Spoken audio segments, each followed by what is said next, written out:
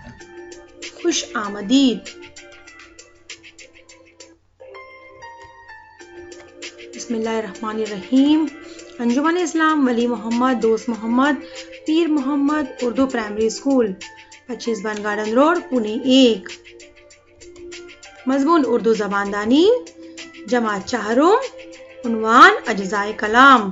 تیار کردہ نازیہ ذاکر شیخ معلمہ. جملے میں آنے والی چیزوں، کاموں اور ان کی خصوصیات بتانے والے الفاظ کو اجزائے کلام کہتے ہیں. اجزائے کلام کی چند قسمیں ہیں. مثال کے طور پر اسم، ضمیر، صفت، فعل اور متعلق فعل وغیرہ. سب سے پہلے ہم اسم سے متعارف ہوں گے. کسی شخص، چیز یا جگہ وغیرہ کے نام کو اسم کہتے ہیں. مثالیں کتاب، پتھر، ہوا، پانی وغیرہ چیز ہیں. گھر، میدان، سمندر، مندر وغیرہ جگہ ہیں. پرندہ، آدمی، شیر، تتلی وغیرہ جاندار ہیں. یہ تمام چیزوں کے نام ہیں، اس لیے انہیں اسم کہیں گے. اب ہم دیکھیں گے اسم کی قسمیں. اسم کی 2 قسمیں ہیں. نمبر 1 اسم عام، نمبر 2 اسم خاص. پھول، بلی، مچھلی، پہیا، درخت، پرندہ وغیرہ الفاظ اس میں عام ہیں کیونکہ ان میں کسی خاص شخص، چیز یا جگہ کی پہچان نہیں ہوتی. کوئی بھی پھول ہو سکتا ہے، کوئی بھی بلی ہو سکتی ہے، وہاں پر بلی کا نام نہیں دیا گیا ہے. یہاں پر کوئی بھی مچھلی ہو سکتی ہے، کوئی بھی گاڑی کا پہیا ہو سکتا ہے. درخت کا بھی نام نہیں دیا گیا ہے، نہ ہی پرندے کا نام بتایا گیا ہے. اس لیے یہ الفاظ اس میں عام ہیں کیونکہ یہاں پر خاص شخص، چیز اور جگہ کی پہچان نہیں بتائی گئی ہے. اب ہم دیکھیں گے اس میں خاص. گوتم بدھ کی مورتی، تمام سیاروں میں ہماری زمین، 2 بچے رخشندہ اور مزمل، اور ہمارا قومی پرندہ مور.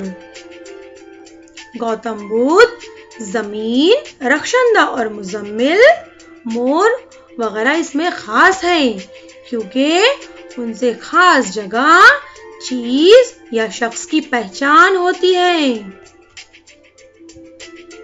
اب ہم دیکھیں گے اجزائے کلام کی دوسری قسم ضمیر. نصیبن بیوہ تھی. نصیبن اپنی بوڑھی ماں کے ساتھ رہتی تھی. ان 2 جملوں میں نصیبن کا نام 2 بار آیا ہے. 2 بار نام کی بجائے لفظ وہ استعمال کیا جائے گا جیسے وہ اپنی بوڑھی ماں کے ساتھ رہتی تھی. اس جملے میں لفظ وہ ضمیر ہے. اسم کی جگہ استعمال ہونے والے لفظ کو ضمیر کہتے ہیں. وہ کے علاوہ میں، ہم، تم، آپ وغیرہ الفاظ بھی ضمیر کہلاتے ہیں کیونکہ ہم جملوں میں اسم کی بجائے ان کا استعمال کرتے ہیں.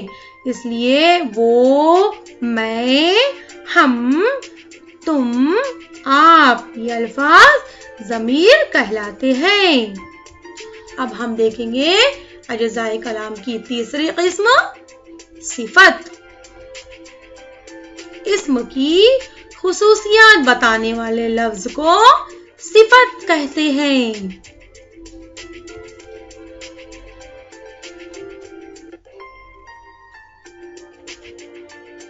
مثالیں، میں صرف رٹو طوطا نہیں بنوں گا. یہاں پر طوطا اسم ہے اور اس کی خصوصیات بتائی گئی ہے کہ وہ رٹو ہے، اس لیے رٹو صفت کہلائے گا. دوسری مثال میں تتلی بہت خوبصورت ہے. یہاں پر تتلی اسم ہے اور اس کی خصوصیات خوبصورت ہیں، اس لیے خوبصورت صفت ہے.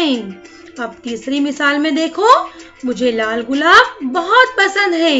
یہاں پر گلاب اسم ہے اور لال اس کی خوبی بتا رہا ہے کہ وہ لال رنگ کا ہے، اس لیے لال صفت ہے. ان جملوں میں طوطا، تتلی، گلاب اسم ہے، ان کی خصوصیات الفاظ رٹو، خوبصورت، لال سے بتائی گئی ہیں. یہ الفاظ صفت ہیں. اب ہم دیکھیں گے اجزائے کلام کی چوتھی قسم، فعل. جن الفاظ سے کسی کام کے ہونے یا کرنے کا پتہ چلے انہیں فعل کہتے ہیں.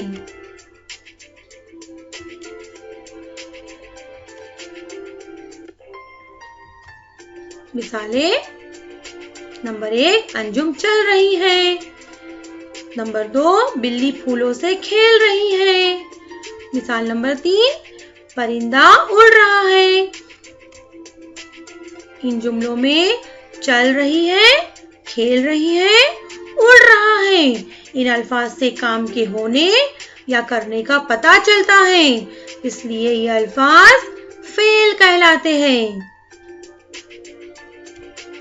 اب ہم دیکھیں گے اجزائے کلام کی پانچویں قسم، متعلق فعل. جن لفظوں سے فعل یعنی کام کی خصوصیات معلوم ہوتی ہے انہیں متعلق فعل کہتے ہیں. مثالیں،